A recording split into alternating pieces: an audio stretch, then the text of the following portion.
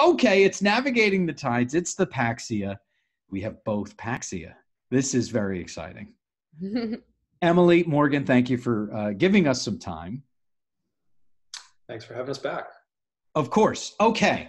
So let's just say it's August when we're recording this. When you look at 2019, right? So you look back at the first half and you're looking forward to the second half.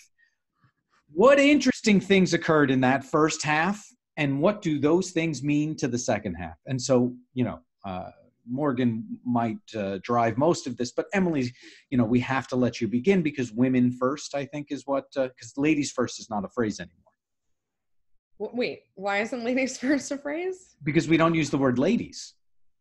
Oh, I do. Yeah, you are allowed to. I'm not allowed to. Okay. Oh, am I allowed to? I don't know. You'll have to ask Emily. Okay. I grant you the right to say lady. Oh, fantastic. Ladies, I mean, someone will have to page 2/3 of the BC Boys, which remain with us on Earth, but that's a different conversation for a different time. Yeah. Yeah, exactly. So 2019, so you had the Bruce thing, right? You had the harvest thing. You had, what else happened here in the first half of 2019, which was somewhat surprising, that hit your radar? Well, it wasn't surprising to Morgan and I because we sent out a very prescient email to our founders on December 31st about what we anticipated would be coming this year. And what we what we very strongly suggested was that it was going to be kind of a year of reckoning and a year of tumultuous activity. And actually, I have to credit my brother. So I started off writing this message to our founders saying, this is what's happened. We're so proud and glad to be working with you, and that we think you guys are defining and building an industry, and we only really spend time with integrity people in this space as much as we can. And Morgan very intelligently added a section about what was coming in terms of legal activity that he anticipated, taking it a step further in terms of, we focus on working with integrity people, and then what happens when people without integrity are in the space and when things are moving really quickly. And as you and I and Morgan have talked about quite a bit, capital has flowed very, very quickly, especially up to the Canadian markets over the past few years. And sometimes with that exuberance, we forgive a lot of not just bad behavior, but also just mediocre behavior and mediocre business practices. And so I think Morgan should jump in on that. But I think we're not that surprised. And we just feel like this is part of the way that this market's going to mature, is that these things have to happen. Yeah, so not surprised. Yeah, bad behavior, we will get, that will leave, just because it kind of has to. And by that, we mean the bad behavior that you can control. But mediocre behavior, Morgan, here we are actually looking at the, how things actually are, or are we yet?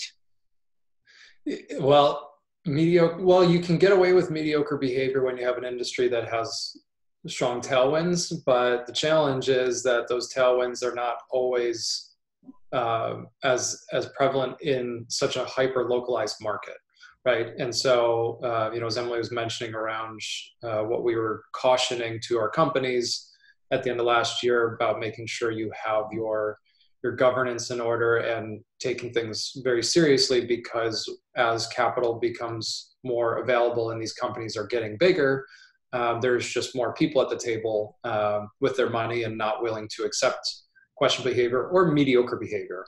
And, so 2019 has been the first half we've really gotten our money's worth as far as seeing so much change. Where in 2018, we were still living in a world of pro forma promises as acceptable for getting capital done and keeping teams in place. 2019 has been a complete gear shift in that that's not acceptable anymore. You have to execute, and you have to show operational progress, and there's just not an open spigot for very concentrated amounts of types of companies in our industry. And so that's that kind of mid-grade behavior is still getting kind of washed out because they're still running off of potentially some existing rounds of capital. It's been the further end of the spectrum folks that are being exposed initially the first. CamTrust being one of the current examples of really bad behavior coming to light, and now the executive is gone, the chairman is gone. We'll have to see if they still have a license when this airs. It's kind of our position that we would like to see Health Canada make it very clear that this behavior is not acceptable going forward, and it shouldn't have in the first place. But things went so fast. I mean, to that point of capital moved so quickly that we overshot the landing strip by miles for a lot of these companies, and that repositioning can be very painful, and that's what a lot of people are experiencing this year. And so it has brought a lot of focus internally into these companies, which is great, because that's what's been needed to go back to rebuilding the foundation of this industry, going from where we are today of probably still sub 10 billion on a global basis to 270 billion in the next 10 years, or according to what Barclays has to say. So that's a great point, specifically on Health Canada and CanTrust. And I want to focus on the FDA and Curaleaf. Now, I wish no one ill will. However, and I also am only interested in sensible regulations, not interested in over-regulating. We just want safe patient access through sensible regulations. However, the FDA paying attention to Curaleaf and what they are saying and offering through their packaging as far as CBD is concerned. While this is a tough thing for Curaleaf to deal with, I actually think that this is a nice thing for the industry to have to go through, specifically on the CBD point. What are your thoughts there? Sure. So, this is not the first time the FDA has stepped in, but this is the first time they've stepped in post the passing of the Farm Bill, right? Exactly. And, kind of going back to the point of, pushing that envelope, they basically have said that, they're not going to accept it. And it's probably going to force regulation to come sooner than they were probably trying to fit into their limited bandwidth.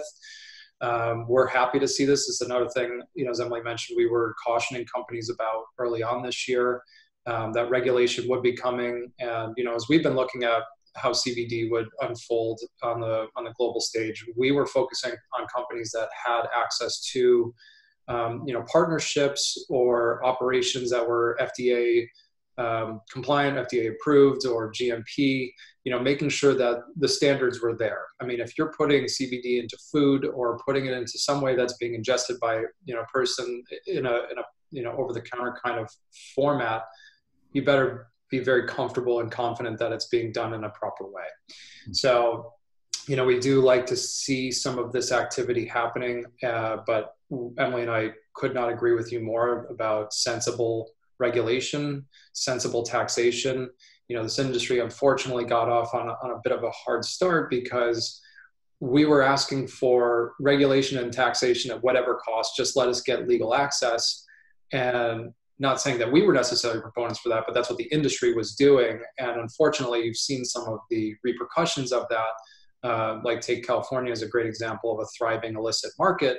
And that's just a perfect example of over-regulation, over-taxation. And so, we don't want to see that pendulum swing too far with respect to the CBD market. So we're watching it closely, but we do want to see it in a framework that is safe for, human consumption. Yeah, right. I just want to dive, because, I see an analog to this and it's actually making me very nervous. And it is in the e-cigarette space. It went unchecked for so long. And frankly, unchecked on so many levels, like pens are exploding in people's faces. These kind of fly-by-night bodegas are selling them to teens without checking identification. There's a lot of things that have gone on in that space. And then you have Juul, who quickly ran ahead, became a category leader, and now is the poster child for bad media and being the punching bag for that entire space of e-cigarettes running unchecked by the FDA for so long. And I feel like what happened in San Francisco is a perfect example of what I'm afraid could happen in the CBD space, where if too many bad behaviors happen and people have bad experiences with something that's labeled as CBD, but it has something that's not CBD in it, or worse, it has toxins in it, and they have bad experiences repeatedly, then we could see a broad-based backlash to this entire aspect of the industry. And then that could be a really strong headwind for the other part of the industry, which I'm actually even more interested in, which is all of the other compounds of the cannabis plant that I think have so many beneficial properties that we have yet to truly discover. So I would say that Juul is kind of a cautionary tale for the entire, or the e-cigarette space is a cautionary tale for the CBD space. Now, e-cigarettes are very different in many ways from CBD, but I would say that when you have bad actors and you have things that are in the product that are not verified, tested, true, or following any kind of regulatory framework, we're going to run into continued issues. And so I'm just waiting for a bad headline there. Yeah, and that's the point that we were making about bad behavior, even mediocre behavior. It is not acceptable. It's not acceptable. And then you see a broad-based, it's like I have asthma, and I was walking behind somebody yesterday who was smoking a cigarette on the street. I've put up with a cigarette smoke, secondhand cigarette smoke my entire life. And then you see a city banning the sale of something that's far less deleterious to secondhand consumers. And I think that, or secondhand people, whoever's around you. Yeah. It's just one of those things where I'm very afraid of the drastic pendulum swings that we could see, especially right now with the political climate being what it is and the way people are reacting to everything, and social media just takes it up 10 notches at any given moment. So let's all just be smart. I'm still now, like, now that I talked about that SRO the other day, I am starting to think we have to get very serious about that as an industry for the CBD space specifically. Without question. And to understand what Emily is talking about as far as the SRO, check out her panel on the digital workshop, which you can now get on demand at canneconomy.com, which is where you are right now if you're watching this. All right, so on the way out here, rest of 2019, any further prognostications about what we see, feel, or are thinking? Morgan, you want to go first, and we'll finish with Emily? Yep. So we're kind of right now, I feel at the potential tail end of this kind of first wave of cleaning out some of the bad behavior to mediocre behavior, which does set up for potentially a very nice second half of 2019. Because once the industry can start to show, or for some of the companies that have been showing good behavior and were not rewarded for it, could have now finally start to emerge and be more rightfully rewarded. So that is a good thing, right? For longest time, we just had this rising tide lifting all boats kind of thing. And probably Warren Buffett quote of, when the tide goes out, you find out who's swimming naked. We're kind of been going through that experience right now, but the tide's going to start to come back in on the second half of 2019. When we think about the potential for, some of this HSR holdup of some of these mega mergers that have been in works for many months, if that can start to clear up, that will be a nice catalyst. With Illinois becoming closer and closer to opening at the start of 2020, people, that's going to bring back some more positive animal spirits, because that's a fantastic market. Michigan as well. So there's some really good growth potential in the Midwest of this country. And then also looking to south, where you have the potential legalization happening in Mexico, which I don't think most people are truly appreciating at this point, but they will be when they realize that it is a very large addressable market that is becoming a fully federally legal medical market for both THC-based products and CBD-based products. So we've had this major rebalance. We're going to see more turnover in teams, C-suite teams. Folks that were, initial business builders don't need to be the ones that are also running these massive complex organizations. So we'll see more and more turns there. And for the betterment, this industry has grown. There's more capital, so we are able to attract good talent that we weren't necessarily able to attract as easily before. So it's just we've gone through this major kind of dynamic shift where I love this one chart it's called the Gartner Hype Cycle. I don't know if you've ever heard of it. Of course, yes. Okay. And I feel like we've gone through that initial hump. No. I don't know where we are in that kind of downtroughed area, but certainly like where we are in that Gartner hype cycle within the respect of this industry, much more than where we were 6 months ago. And I'm very positive about where the industry is going from this point. Yeah, you're forecasting that we're coming out of the trough of disillusionment is to further hit that nail on that head. All right, so we've got bad players moving out. We've got good markets opening up, and we've got tweaking top talent. Emily, what would you add to that list? Unless, of course, we lost her. No, I'm here. Oh. No, I was just thinking that was a pretty good. That was a pretty good. I mean, I'm just excited too about potentially, if we see some regulatory shifts, that we will be opening up the investor universe a little bit more broadly speaking, and I think that'll also help. Does that happen though without gigantic federal legislation? Probably not, right?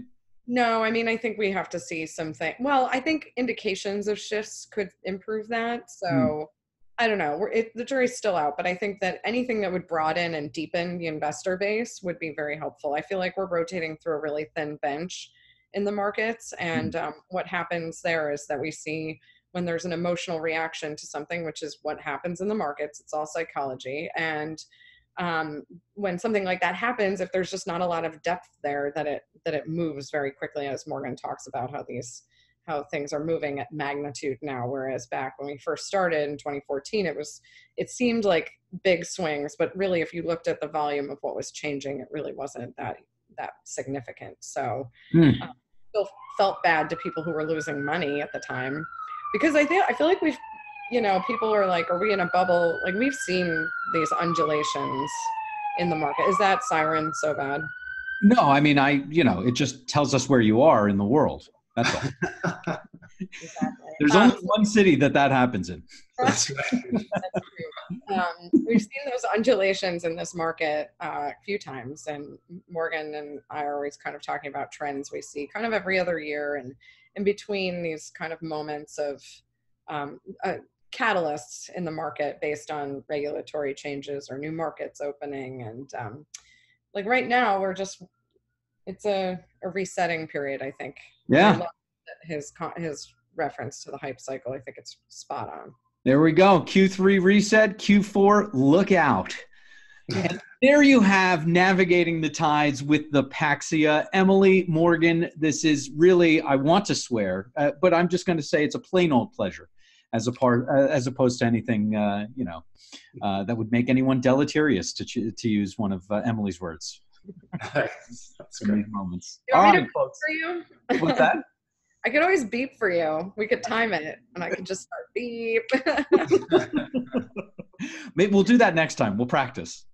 All right, the Paxhia. Thank you so much, guys. We'll talk to you. Thank you.